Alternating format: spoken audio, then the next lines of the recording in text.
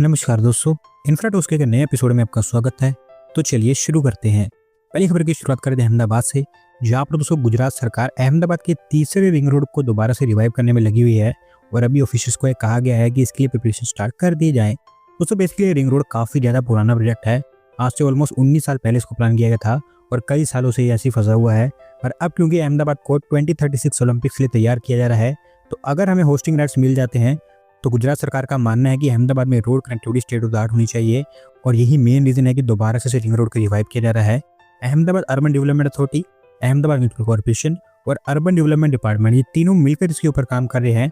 100 के आसपास town planning schemes यहाँ पर प्लान की गई हैं ताकि लैंड एक्विजिशन जल्दी से जल्दी यहाँ पर कंप्लीट हो पाए। होपफुली आप कह सकते हैं कि अब धीरे धीरे काम आगे बढ़ता रहेगा।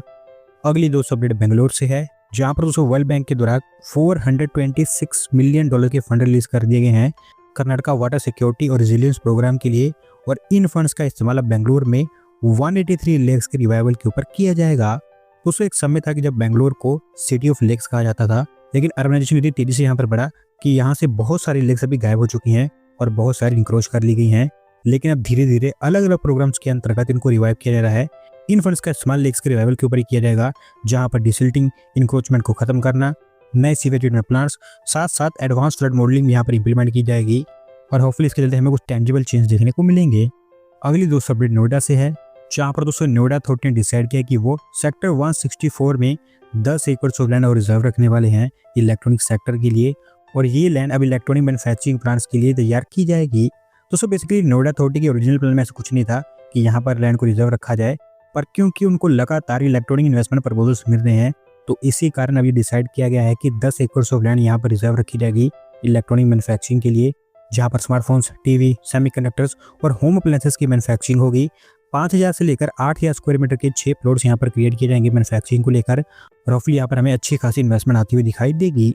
अगली दोस्तों अपडेट उत्तर प्रदेश ही है, जहाँ पर दोस्तों यूपी सरकार के द्वारा एक नया अर्बन मेकओवर प्लान अनवेल कर दिया गया है और ऐसा बताया गया है कि इसके अंतर्गत वो 1.29 लाख करोड़ रुपए इन्वेस्ट करने वाले हैं। दोस्तों ये मेकओवर प्लान 2026 से लेकर 2031 तक यानी कि 5 सालों तक वैलिड रहेगा, जहां पर यूपी की सिटीज में इंफ्रास्ट्रक्चर, अर्बन मोबिलिटी और इन्वायरमेंटल सस्टेनेबिलिटी के ऊपर काम किया जाएगा। अगर थोड़ा सा हमको डिटेल में बताऊं तो इस फंडिंग का मेजर पोर्शन रोड स्ट्रेंथनिंग के ऊपर खर्च किया जाएगा। 30,000 करोड़ रुपीस इसी के ऊपर खर्च किए जाने हैं। 27,500 करोड़ रुपीस ड्रेनेज सिस्टम के लिए, 15,000 करोड़ रुपीस सैनिटेशन और पब्लिक हेल्थ के लिए, 18,186 crore rupees drinking water infrastructure के लिए। इसके अलावा air quality, urban greenery, horticulture, इस तरह के अलग अलग एरियाज में काफी पैसा यहाँ पर सरकार के द्वारा खर्च किया जाएगा। ओवरऑल सरकार का टारगेट यही है कि यूपी की जो सिटीज की अर्बन लुक है उसको और इम्प्रूव किया जाए। अगली दोस्तों अपडेट रेलवे की तरफ से है, जहाँ पर दोस्तों रेलवे ने डिसाइड किया है कि ये लहंगा देवनहल्ली रेल लाइन की अब डबलिंग की जाएगी और इसको लेकर साउथ वेस्ट रेलवे जोन ने डीपीआर प्रिपेयर कर ली है। दोस्तों ये लहंगा देवनहल्ली रेल लाइन की डबलिंग मैंडेटरी हो चुकी है, क्योंकि सिंगल रेल लाइन पहले से ही काफी ज्यादा कंजेस्टेड रहती है। उसके लिए ट्रेन यहाँ पर एफिशिएंटली ऑपरेट नहीं हो पाती हैं और अब आगे चलकर ये सबर्मा रेल का भी हिस्सा बनेगी, तो यहाँ पर कंजेशन और बढ़ सकता है। तो इसमें डबलिंग करके इस ट्रैफिक कंजेशन को सॉल्व किया जाएगा। 23.7 किलोमीटर की इसकी लेंथ होगी, जहाँ पर डूडाजल्ला और नंदीहाल जैसे जो स्टेशन है वो कनेक्ट हो पाएंगे। 455 करोड़ रुपीज का यहाँ पर खर्च आएगा इसकी डबलिंग के ऊपर। फिलहाल साउथ वेस्टर्न रेलवे जोन के द्वारा इसकी डीपीआर तैयार कर दी गई है और रेलवे बोर्ड के पास में पहुंचा दी गई है अप्रूवल के लिए। जैसे यहाँ पर अप्रूवल मिलता है तो काम स्टार्ट हो जाएगा। अगली दोस्तों अपडेट केरला से है, जहाँ पर दोस्तों केरला सरकार स्टेट के अंदर लग्जरी क्रूज सर्विस को इंट्रोड्यूस करने जा रही है और इसके लिए वेस्ट कोस्ट वाटरवेज को ऑलमोस्ट तैयार कर दिया गया है। दोस्तों ये वाटरवे ओवरऑल 590 किलोमीटर लंबा होगा कोवलम से चित्तूवा के बीच, और उसमें से 235 किलोमीटर की स्ट्रेच अकोलम से चित्तूवा के बीच फेज 1 में ओपन की जानी है और इसी स्ट्रेच को भी 90% से ज़्यादा तैयार कर दिया गया है। 21 सीटर इलेक्ट्रिक क्रूज वेसल यहाँ पर इंट्रोड्यूस किया जाएगा, जिसकी मैन्युफैक्चरिंग केरला शिपिंग और इनलैंड नेविगेशन कॉर्पोरेशन के द्वारा भी की जा रही है। बताया गया है कि इस पूरे रूट के ऊपर या फिर वाटरवे के ऊपर 5 डेजिग्नेटेड स्टॉप्स भी आइडेंटिफाई किए गए हैं। जो भी लोग यहाँ पर ऑनबोर्ड होंगे वो अलग अलग टाइप की लाइट और साउंड शोज एक्सपीरियंस कर पाएंगे। और जहाँ तक अभी काम पहुंच चुका है तो मोस्टली इसी साल के अंदर अंदर ये लग्जरी क्रूज स्टार्ट हो जाएगा। अगली दोस्तों अपडेट गोवा से है, जहाँ पर दोस्तों जुआरी ट्विन टावर्स को लेकर कंस्ट्रक्शन फाइनली स्टार्ट हो गया है और अभी दिलीप बिल्डकॉन लिमिटेड के द्वारा कहा गया है कि 2028 तक इन दोनों टावर्स को वह तैयार कर देंगे। दोस्तों वैसे मैं आपको बता दूंगी ट्विन टावर्स आईफिल टावर की लाइन्स पर ही बनाए जाएंगे और हमारी road transport and heavy ministry का कहना है कि ये भारत के मिनी आईफिल टावर्स होंगे, क्योंकि लोगों को यहाँ पर वैसे ही एक्सपीरियंस मिल पाएगा।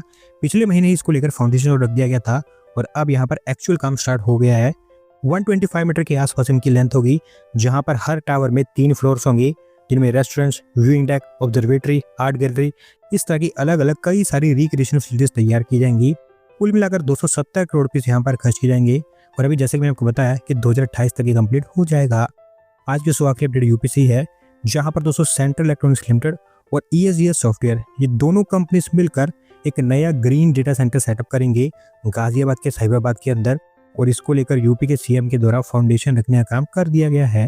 दूसरे डेटा सेंटर टियर 3 सिटी की नीड्स के अकॉर्डिंग डिजाइन किया जाएगा, जहां पर हाई सस्टेनेबिलिटी स्टैंडर्ड्स और एडवांस टेक्नोलॉजिकल स्पेसिफिकेशंस होंगे। 30 मेगावाट के आसपास की कैपेसिटी होने वाली है और ये इंडस्ट्री के साथ साथ गवर्नेंस को भी सपोर्ट करने वाला है। 1000 करोड़ रुपये इसके आसपास यहाँ पर खर्च किए जाएंगे और मोस्ट प्रोबेबली अगले साल के अंदर अंदर ये तैयार हो जाएगा। दोस्तों आज की वीडियो में बस इतना ही।